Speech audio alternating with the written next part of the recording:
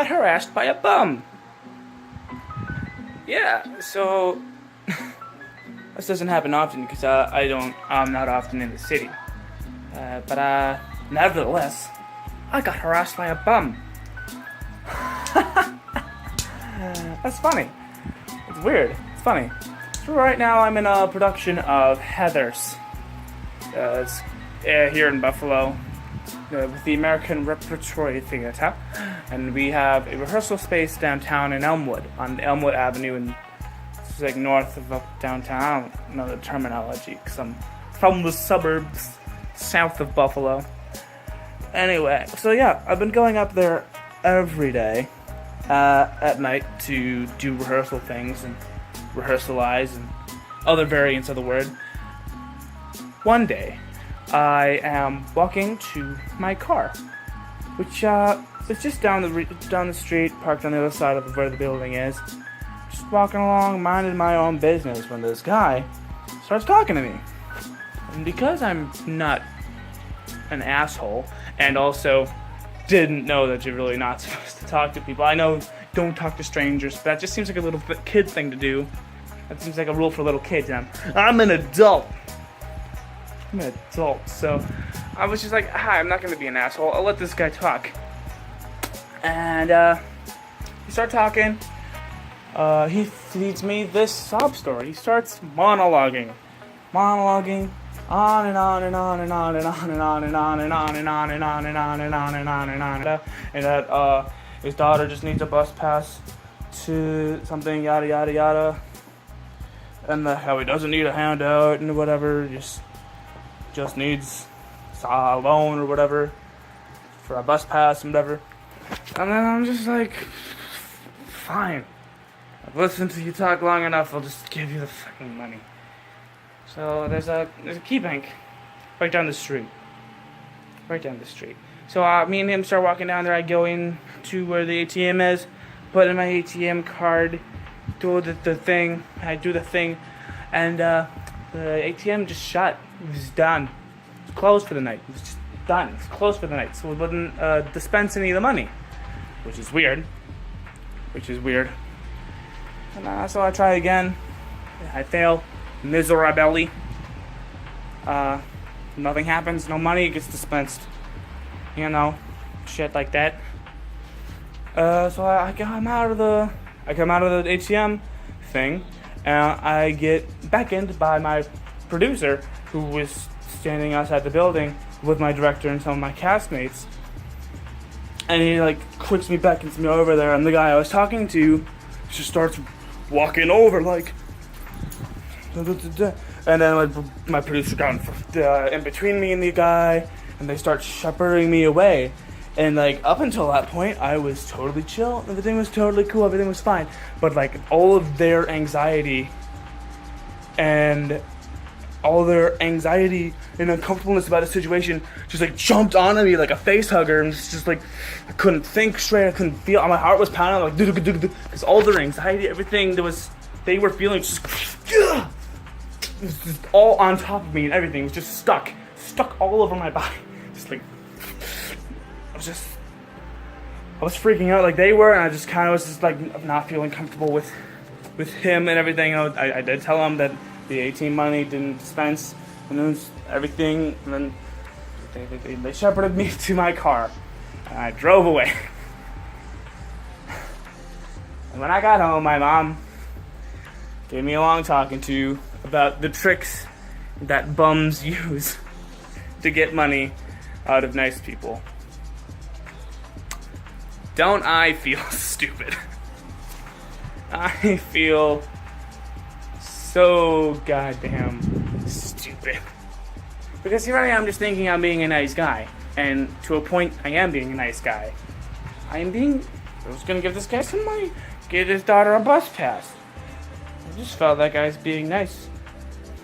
But I had no way of knowing what actually he was going to use the money for. So I almost got conned. I got harassed.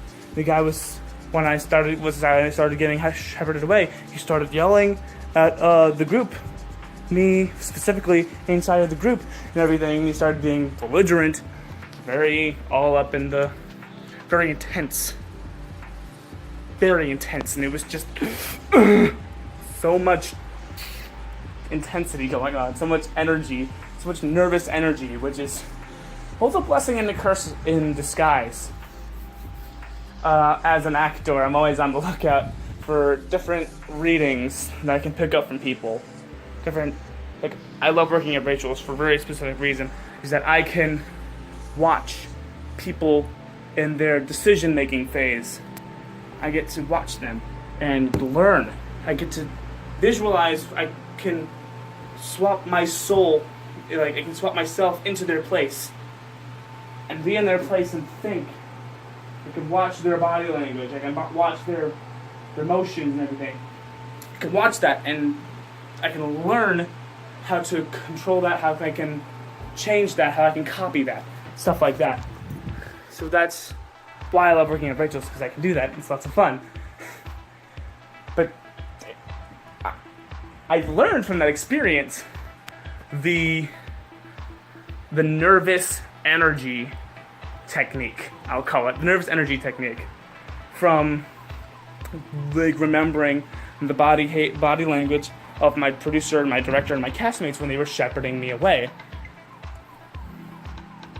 which is awesome. Which reminds me of another time that I remember learning a technique from, I didn't really learn it from watching anyone, it just happened, and I was told to remember how to do it. So a long time ago, not that long ago, it was a few years ago, we were doing a production of Beauty and the Beast. I was cast as Maurice, and my director just wasn't feeling the fatherly bond that was supposed to be there between me and the lead, which is Belle. She has us in this room, alone with me and this vocal coach that came in as a special guest. Me, this vocal coach, my director, and my Belle were all in this room, and she had us sing the song together while looking in each other's eyes. That's when I learned the sudden stillness technique. I'm going to call it that because it just makes sense.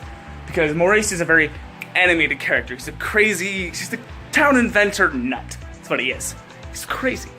Which is something I'm often cast to be, as a very animated, kooky character, stuff like that. But then there's the sudden silence, sudden stillness technique that people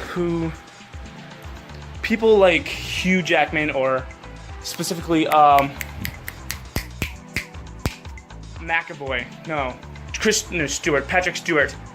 Stewart are very good at using the sudden stillness technique to just punctuate something. Because if there's craziness all around and you're normally very crazy, something abnormal about it would be them freezing down and doing something very slowly, quietly, slowly. Stillness. The sudden stillness is how we know something's up. Some memory is flashing through their mind because they're being brought back into that moment and they're just lost in their own head. And I remember the first time I ever achieved that. I was looking into the eyes of my Belle, and I just think, okay, no matter what the pain, we've come this far. What imaginary circumstance can I create for Maurice in this moment that I'm jumping back inside of Maurice's mind to see in the eyes of my daughter? It's funny because I envisioned the sight of Belle's mother being dragged off by wolves, and I thought maybe I'm remembering my wife's eyes through her eyes because they're so similar. I'm seeing my wife being dragged off by wolves through the eyes of, because the eyes of my daughters are so similar, and I'm being dragged away, and no matter what the pain, we've come this far. I pray that you remain exactly as you are, because I'm so elated. I'm so grateful that you're still with me. And that's sudden stillness. It's a punctuation technique. I'm just so happy I was able to learn it. I don't know how I got here. I forgot how I got here. But like, yeah, those are just two stories. One happened recently, one happened a long time ago, where I've picked up from real life an acting technique. Like the nervous energy from the shepherding from the crazy bum, and the sudden stillness from looking into the eyes of my belle and going back through my own mind to create memory in a character that I am musing, a character that I have been cast to play. I remember opening night of Beauty and the Beast when my director came back after our scene back behind stage and was talking to me and my belle, and she said that she cried during that scene. It just felt so nice because everyone else was, I know at least my director was reading what I was trying to write down through my actions and body language on stage. Oh god, I've been talking for way too long. Okay, see y'all next week.